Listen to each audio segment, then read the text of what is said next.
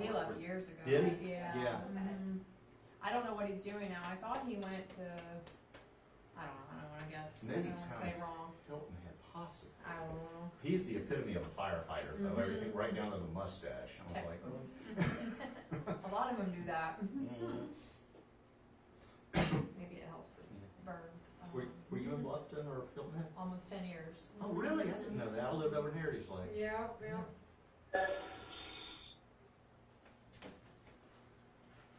Hey, Ian, how are you? Good.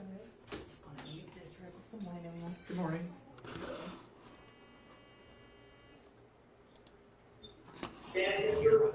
No. Oh, no.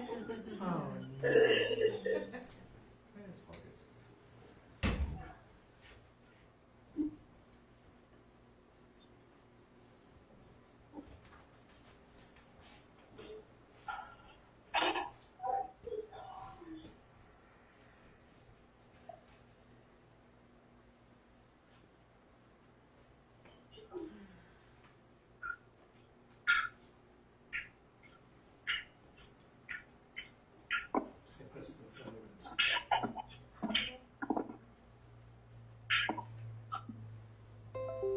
Is Robert in town?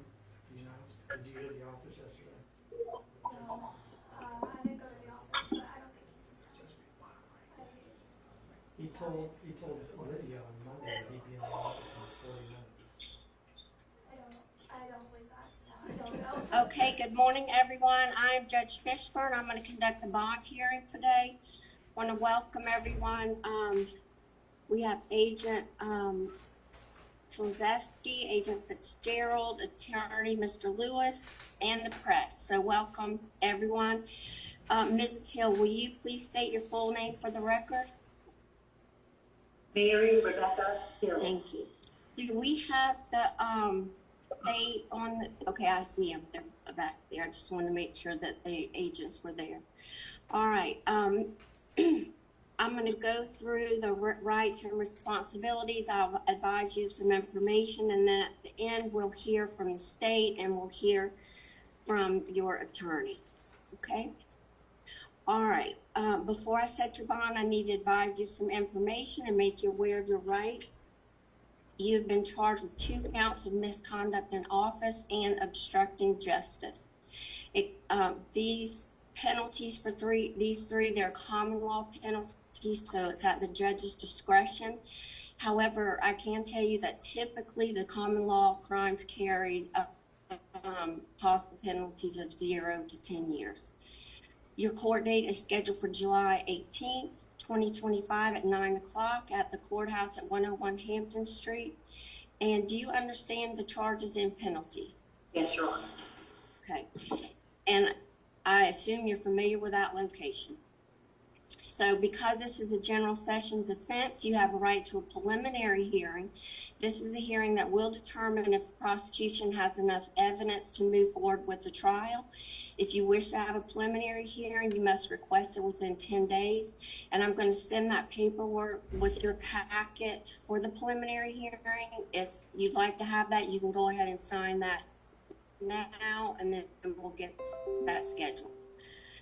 Before you can plead guilty or not guilty or proceed to trial, you need to know you have a right to an attorney. And I see that you have a private attorney here. And am I correct? It's Will Lewis? Yes, Your Honor. Okay, thank you. You need to know if you were an attorney at any point, you can apply for a public defender. I'm assuming you want to stick with Mr. Lewis at this point. Your Honor. Okay, what I will do, I will send the application in your packet for public defender in case things don't work out and you change your mind. So you will have that application. Okay? All right. Would you please give me a good telephone number?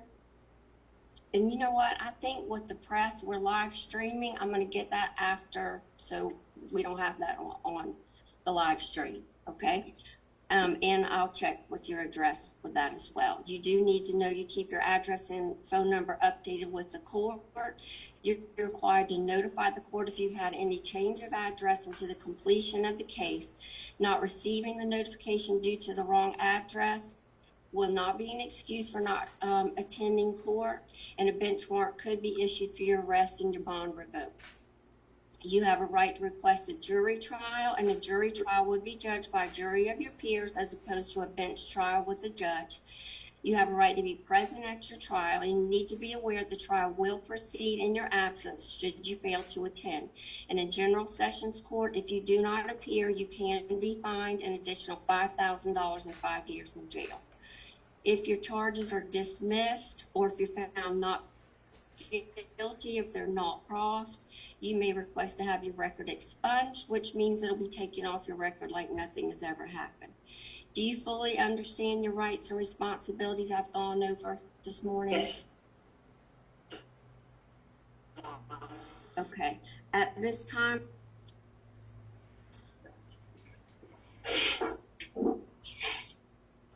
This is Travis Lozeski with SLED. Oh, Your Honor, we have no recommendation as far as bond. okay, all right, thank you. And then, Counselor, would you like to address the Yes, Your court at Honor. this Will time? Lewis, may it please the court, and I apologize for sitting down and not standing and speaking to the court. It's the only way I can get in your screen. The cameras are a little messed up, I know. Thank you. The position that they've taken in under 17 or 1510, we're entitled to recognizance bond on her own recognizance, absent showing that she's a danger to the community or risk of flight. She lives here. She turned herself in. We found out about these charges last night. We're here right now. So we'd be asked that she's released on her own recognizance. All right. All right. Ms. Hill, are you currently on probation, parole, or out on bond now? No, ma'am. Okay. And then, how long have you lived at your address? 25 years. Okay. All right. I do not find you to be a flight risk or danger to the community at this time. Before I set your bond, I must apply stipulations of the bond, and if you break any of these, it can result in revoking your bond, and you'd be subject to remain in jail until your case has been called to trial. Do you understand? Okay. You must appear at all your court dates. You need to keep the peace. In other words, stay out of trouble. Because I do not find you a flight risk or a danger to the community, you are entitled to a PR bond. I'm going to give you a PR bond of $10,000 per charge for a total of $30,000, and that'll do it. Thank you all for being present and so attentive. But Ms. Hill, before I sign off, do you have any questions or anything you want to ask? No, Your Honor. Thank you. Okay. Yes, sir. I see you, Mr. Lewis. Yes, Your Honor. I'm sorry to bring up this right now. There is one issue that we were hoping to resolve. There is a Richland County warrant for perjury related to the obstruction warrant at 166. We would ask, and I have the agents, and I'll confirm this with Solicitor Hubbard, who has the case, as well as SLED. I've also reached out to Judge Scott's office in Richland County, and they're okay with this. We would ask under 22-5-190, which establishes your powers, Your Honor, that you endorse that warrant for it to be served here. And what that will allow you to do, Your Honor, under State v. Ravens, is set her bond on that here. And that would just avoid us from having to go all the way to Richland County and all the processing and perhaps not be there till 9 p.m. just for some paperwork. And I've confirmed with all parties that they have no issue. I do think from a practical perspective, and this is why we wanted to talk to you, once you endorse the warrant and they serve it on her, there might be like 5 minutes of paperwork to do, kind of like what we did this morning, and then we'd reissue the bond. So I was hoping Your Honor would be open to that. It's also permissible under your bench book at page 35, the 2011 bench book, and I've got an Attorney General opinion as well that I'm happy to provide the court for this authority. Okay, I got word that you were possibly going to ask that, and I'm not inclined to do that. I've talked to our Chief Justice here.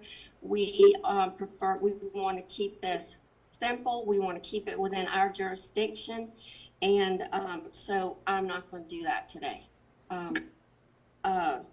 We're sorry for the inconvenience, but we're not here for convenience. Okay. I hear you. All right. All right. Thank you all for coming, and good luck to you all. Thank you, Your Honor. Thank you.